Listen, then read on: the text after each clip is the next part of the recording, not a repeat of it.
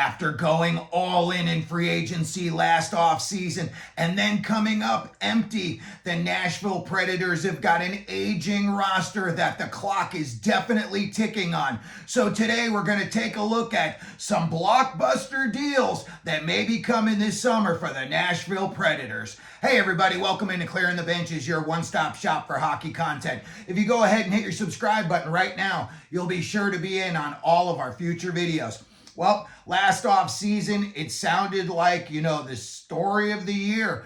The Nashville Predators went all in. Brady Shea, Jonathan Marchessault, and Steven Stamkos. And then when the season got going, it was just at a trickle at the beginning and they were barely getting any wins. People were saying, oh, it's just going to take some time, to gel. Then it didn't happen. Stamkos played a little bit better the last 20 games of the season, but overall a major disappointment for the Predators last season. When I look at the fact that Barry Trotz is, running the show there now, and the fact that they did go all in on aging veterans last off season, the time to win is now for the Nashville Predators. They don't have any time to wait for draft picks to marinate, and they've got to do it this year or next year for sure. Otherwise they're going to blow it up in Nashville, and last year's big summer story is just going to go away and it'll be all for naught.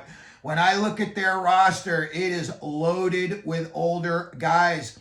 Forsberg, 30 years old. Stammers, 35. Marchessault, 34. Ryan O'Reilly, 34. Michael McCarron's 30 years old. Roman Josi, 34 years old. Brady Shea, 31. And the goaltender Saros is 30 years old. That is a lot of mileage on these players. And when you look at really the physical output you need once the playoffs start, it's just like a whole different beast, and the grinding just gets twice as intense. I look at this lineup and I really question how far they could go, even if they were to make the playoffs. I think, they've got big changes coming. Now, they've got some draft capital. They've got 3 number 1 draft picks this season, and that's 5, 23, and 26. With all of the names that are being jumbled around in the top 10, if you were offered that number 5 pick, a team is going to get a player that you're pretty sure they're going to hit on. You're talking about the James Hagans, Porter Martones of the world. Somehow if any of these other guys were to drop down a little bit, possibly even, Michael Misa, I doubt he's going to drop to 5. But I'm just saying, these are the types of names that we would be talking about there. If they were talking about possibly packaging up something and really going for it and just trying to change the dynamic of this team, because right now it's old.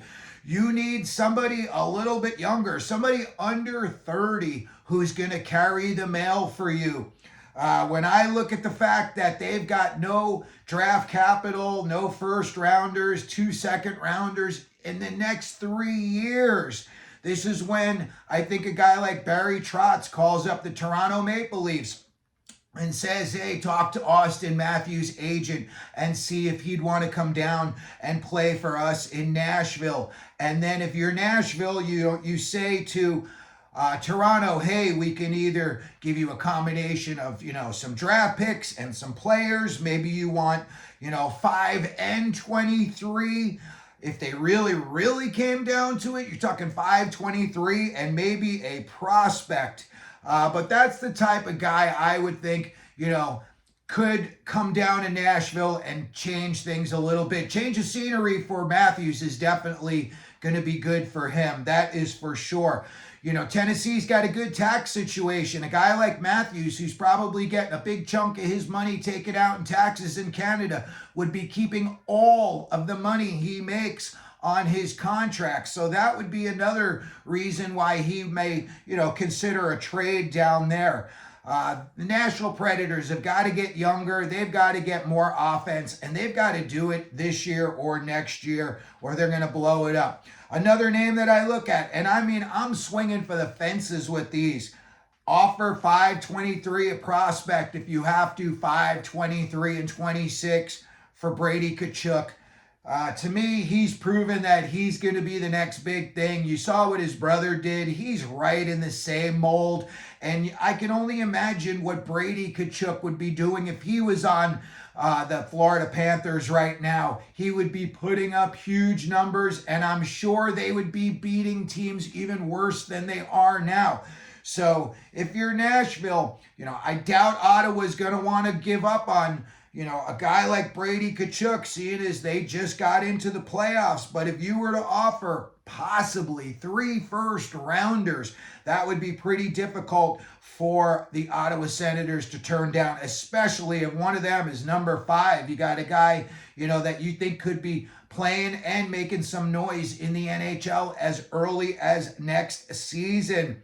So Austin Matthews is a possibility. The next name is even bigger. Leon Draisaitl. Hypothetically, let's just say that the Oilers get smoked this season. Let's say they make it to the finals and then they get smoked 4-1, 4-2 by whoever they play in the finals, okay? And now you got 10 years that McDavid and Draisaitl have been together and they ain't got it done. And nothing for nothing, but Draisaitl's had to be Robin while McDavid gets to be Batman. He doesn't get the same pay. He definitely doesn't get the same accolades.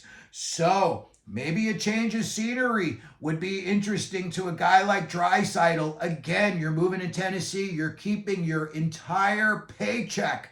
That is a big thing, especially when you look at how much money Canadian taxes are versus keeping all your money. Millions of dollars are at stake right there. So if the Oilers were to get smoked, and let's say they just want to change things up, my goodness, you could have 3 number 1 draft picks possibly, at least 2, and one of them would be at number 5. So you could take one of these big-time scoring kids, coming up in the draft. James Higgins is the only kid I can really think of right off the bat that just seems like he's plug and play almost at that NHL level. And I could just imagine if you would put him on a line, with McDavid, a guy who could really fly and distribute, Higgins would do really well on Edmonton. Another thing that I think that Nashville could possibly do, because they've got the draft capital to do it, and that would be offer sheet Matthew Knies of the Toronto Maple Leafs. He'd be your captain in a couple of years. He's basically Stammer 2.0. He crashes the net. He scores goals.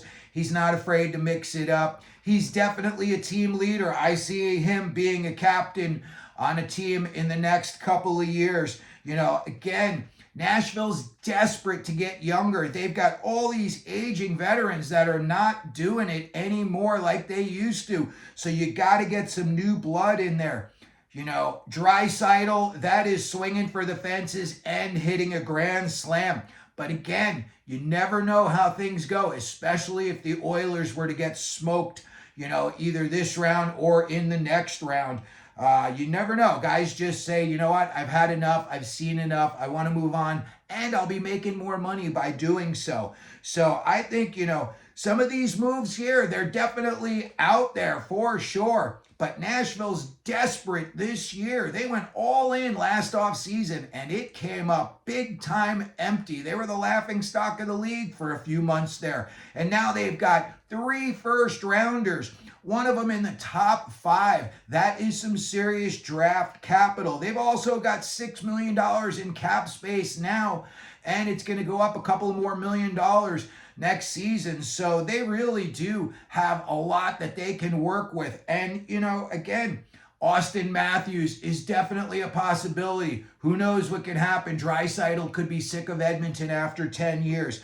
Matthew Knies would be a perfect fit for them. Another guy that they could offer sheet, Marco Rossi of the Minnesota Wild, would help down the middle for them, and especially for years to come. So The Nashville Predators have got a lot of big decisions to make this offseason, but I think they are going to make some blockbuster deals. Let me know what you think down in the comments section. What do you think the Preds are going to do this offseason? If you could, please hit your like button, the subscribe button, and as we always do here, clearing the benches, let them know you're out there.